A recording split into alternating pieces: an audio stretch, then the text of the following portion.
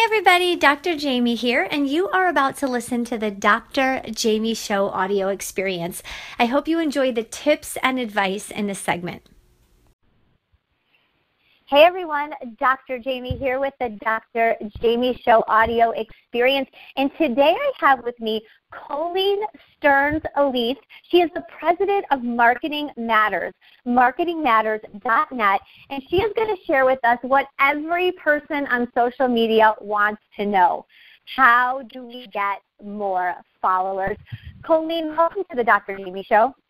Good morning, Dr. Jaime. Thanks for having me. Yeah, I'm so excited that you're here because this is a question even I want to know. So I feel like we're getting like insider trading information right now. I'm so excited.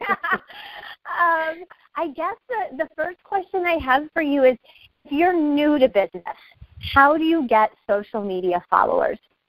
Well, that's a challenge for many new businesses, that's for sure. But there are some best practices that you can follow to ensure that you do see some growth. We work with a lot of technology startups. That's our sweet spot in business. And so this is something we do quite regularly. So some of the first things you need to do is create the persona. Who are you as a company? What's your company's story?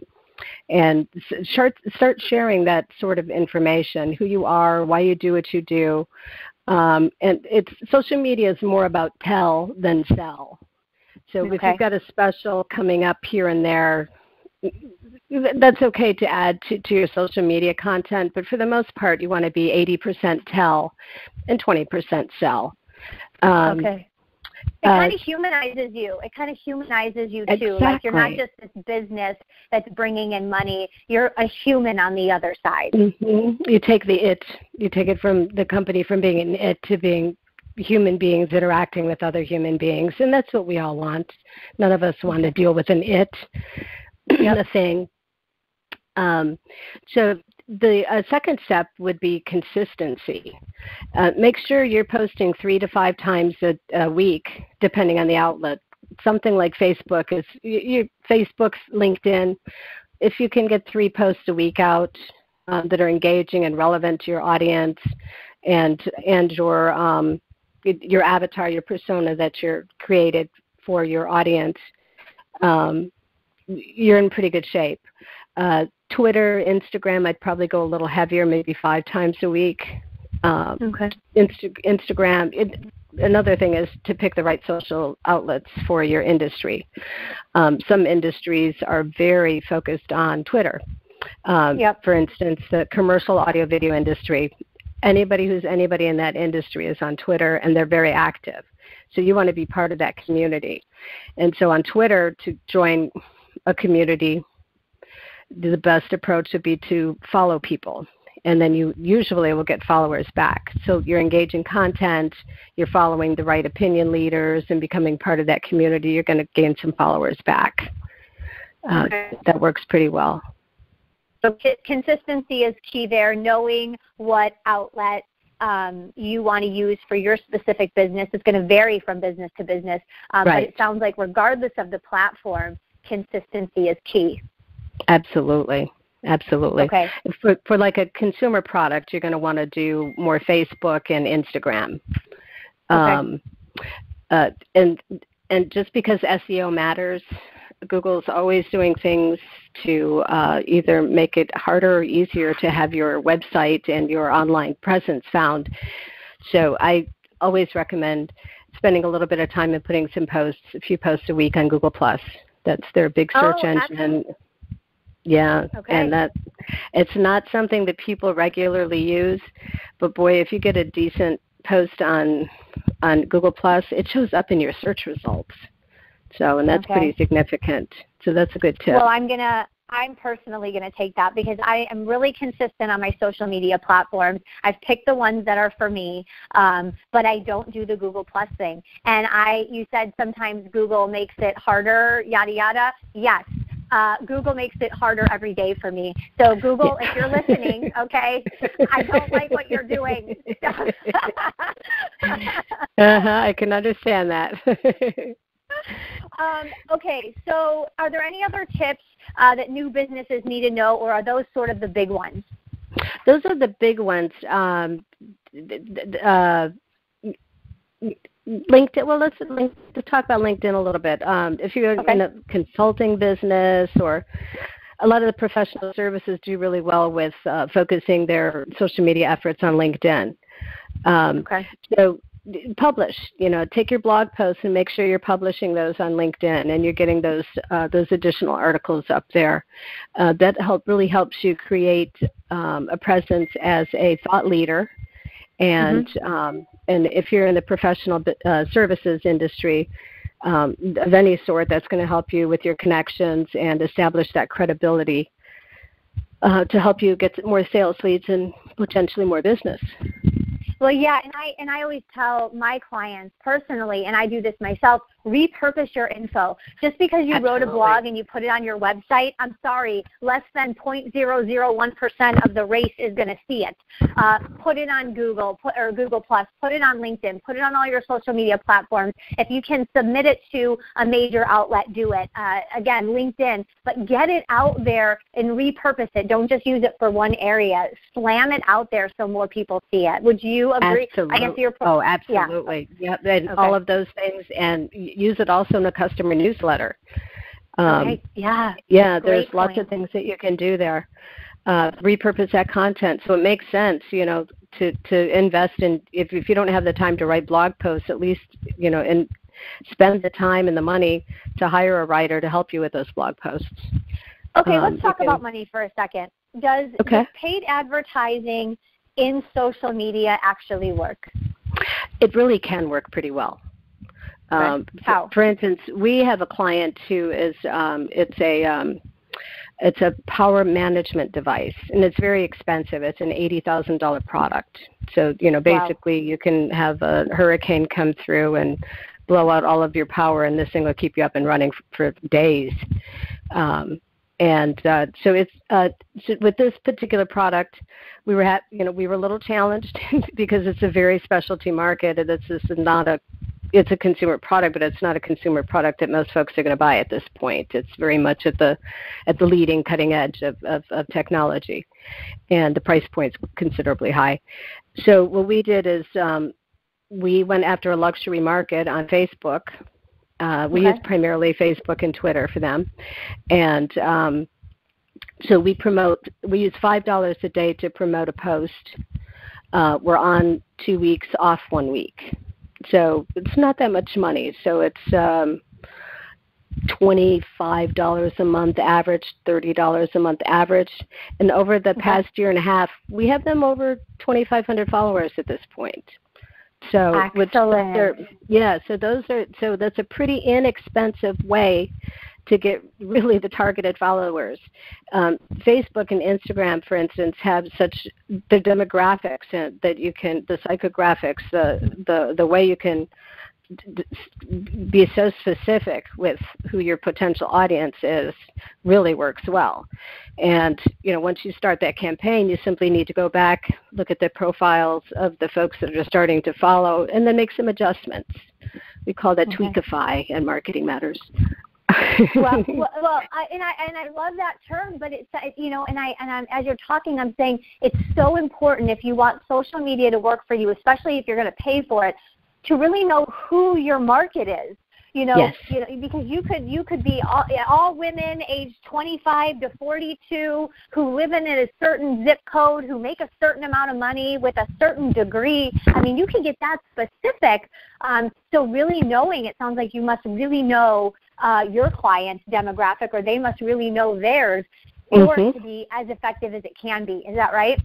Absolutely. The better that you know who your client is, the more targeted you can be with this advertising, and the more effective it is.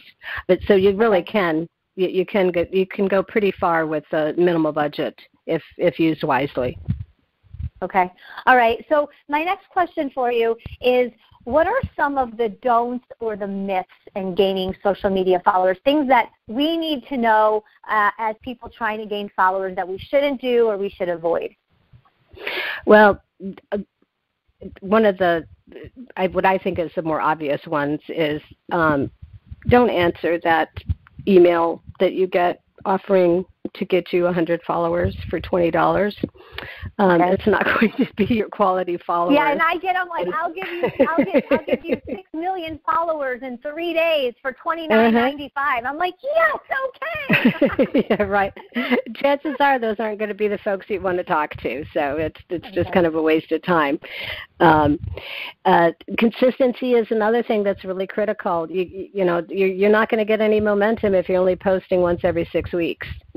That consistency in that conversation is really critical. And one of the top things that I see way too often is messages that come in that are ignored. The response time for messages is really terrible.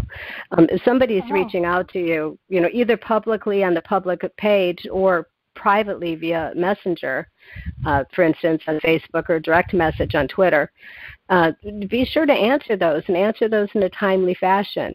So if it's a business account, somebody needs to have those 24-hour alerts on there where you're getting an email or a text when somebody is posting, and you get back to them.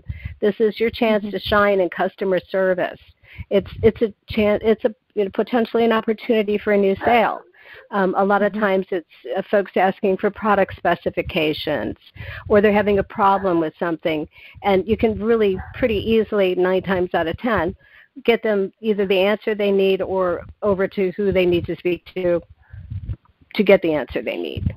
Yeah, I can imagine, because if I put in for a request from someone, I might do it with another company, and the first one that gets back with me is the one I'm going to use their service.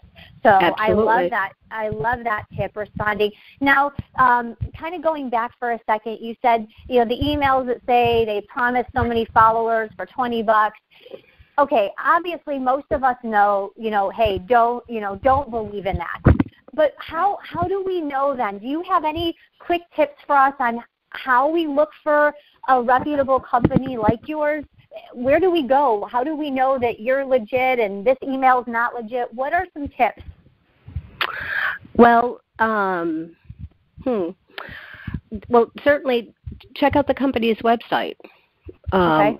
Look at their social media. What are they posting? Are they consistent? Are they doing as they say? And the proof is in the pages. So look at see what they're doing. See who they're following. You can do a little bit of research on them. Google them and look for Google Business ratings. Which actually, Google Business is another great place to put your blog posts, by the way. Okay, excellent. Okay, excellent. I actually haven't, I'm not familiar with that. So Google Business Page is a good place to put your content, and also to look for ratings on businesses. Is that right? Yes, correct. Okay. Yes. So, as the owner of that business, your a page exists whether you claimed it or not as a business. Chances are Google's way ahead of all of us. So go in there if you haven't already and claim your page. Update those hours. And I try to do something in there at least once a month. Add an article, add an image. My company basically is B2B, being a public relations and marketing company that specializes in technology. So I'm not getting those consumer ratings on there, which is fine. We have other things that work for us. LinkedIn works better for us for recommendations as a B2B company. But yeah, if you're consumer facing, you're going to want to put and even as a business, I do that just to help me get found a little easier. Okay, all right. And for listeners out there, also you get what you pay for. If someone's promising you 10,000 followers for $20, if it's too good to be true, it is. And one thing that I do a video that's up on YouTube on different ways different things that have led me to be successful. And one of them is I learned early on when I would bargain with people to reduce their rates, or I would go with the cheapest service out there, I would get burned. They weren't credible, they weren't reputable, or they didn't have the contacts I needed to leverage myself. When you put money in the pot and you pay for a service, you're going to get a good service. So you get what you pay for. Money, you get what you pay for. Okay. Yeah. I guess, Colleen, my final question to you is, what would be your number one biggest tip for all people that have been in business for years using social media and the newbies on the market in getting social media followers? It's important to get followers. Be consistent. Yeah. Be consistent. Okay. Put relevant content consistently on those outlets. You may not see sales directly from it. But it's just part of your persona and how people get to know your company. It's important. Okay, everyone, you are listening to the Dr. Jaime Show audio experience with Colleen Stearns-Leaf, president of Marketing Matters, marketingmatters.net, and she shared with us today how to get social media followers. Do me a favor, go to YouTube, go to iTunes, subscribe to the Dr. Jaime Show. Every like, every follow means so much. It keeps us bringing on amazing guests like Colleen today. And go ahead and reply under the video with your biggest takeaway from this particular episode. Have a great day and be consistent with everything you do. Thank you so much for listening to the Dr. Jaime Show audio experience. I really hope that you enjoyed the tips and advice given on today's segment. Do me a favor and go to iTunes and my YouTube, and please subscribe to that channel. Every subscribe, every like, every follow helps the Dr. Jaime Show grow so that we can bring you the best guests and the best content possible. And of course, as always, if you have any feedback, feel free to leave that as well. Talk to you soon.